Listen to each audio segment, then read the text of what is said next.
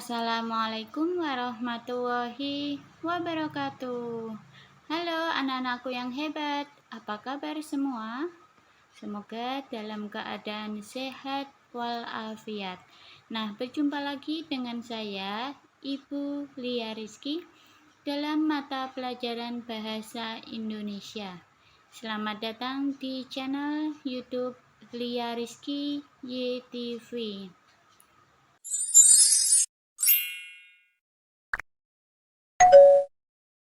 Nah, kali ini kita akan belajar bersama mengenai begini contoh resensi buku.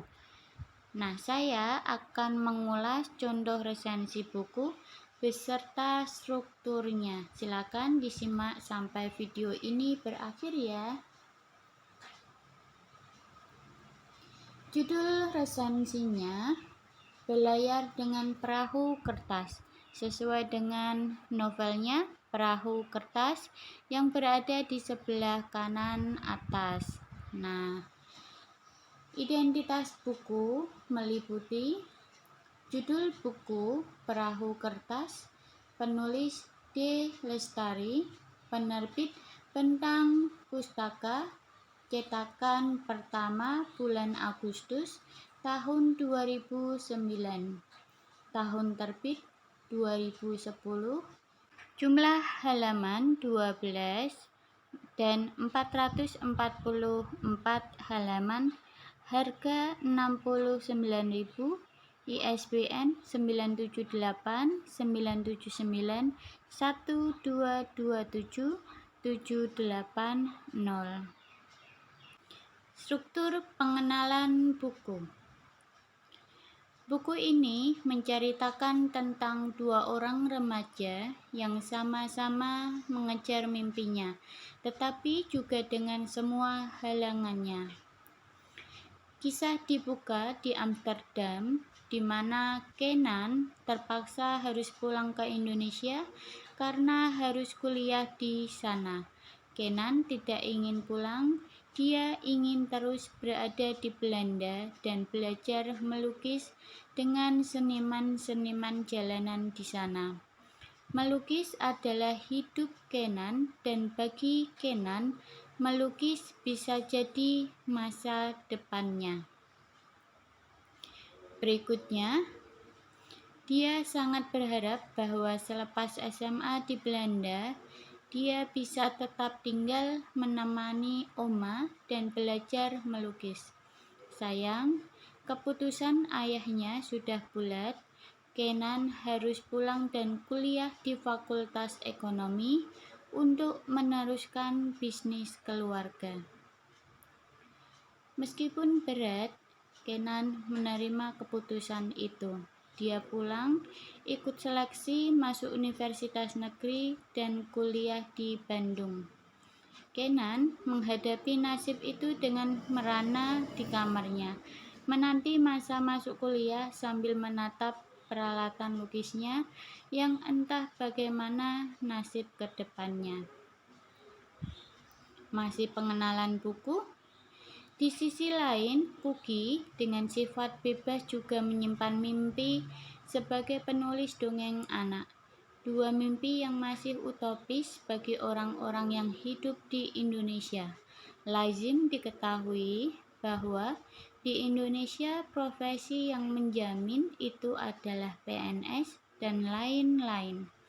Profesi absurd seperti penulis dan pelukis itu belum memiliki tempat.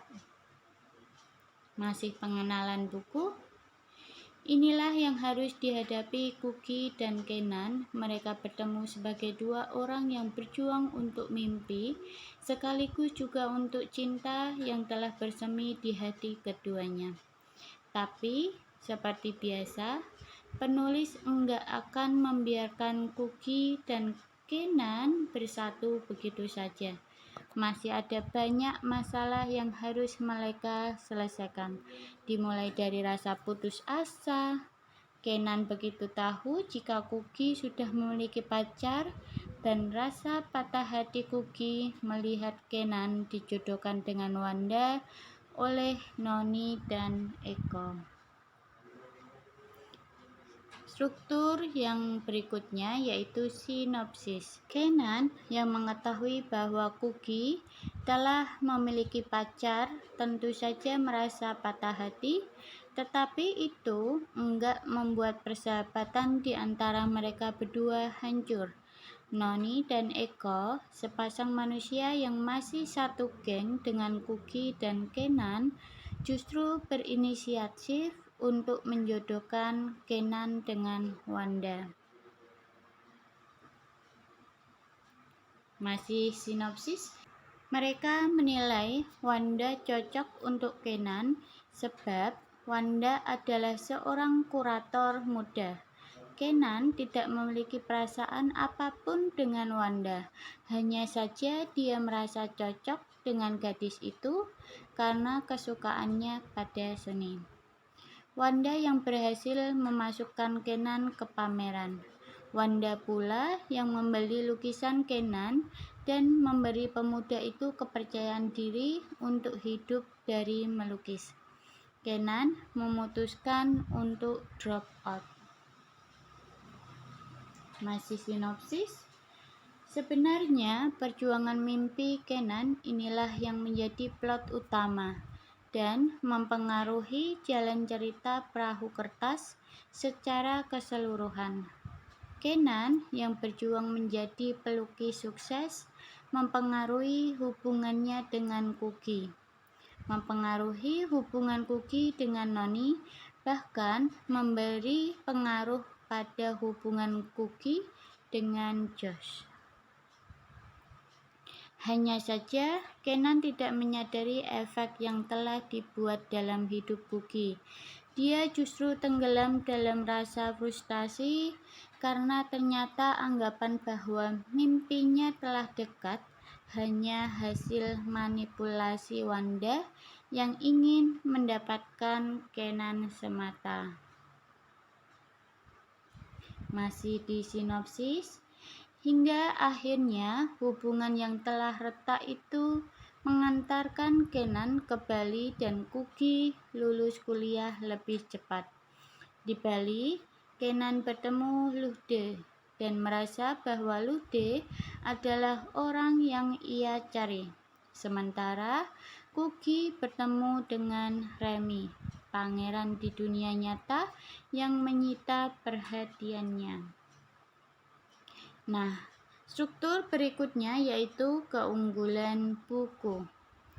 Konflik yang dimiliki novel ini sangat kompleks, tapi di sisi lain sangat dekat dengan kehidupan masyarakat kita sehingga tidak asing. Penyelesaian yang dilakukan untuk setiap konfliknya juga sangat baik, tidak terkesan terburu-buru ataupun mengulur-ngulur. Semuanya pas dan mengikuti alur yang ada.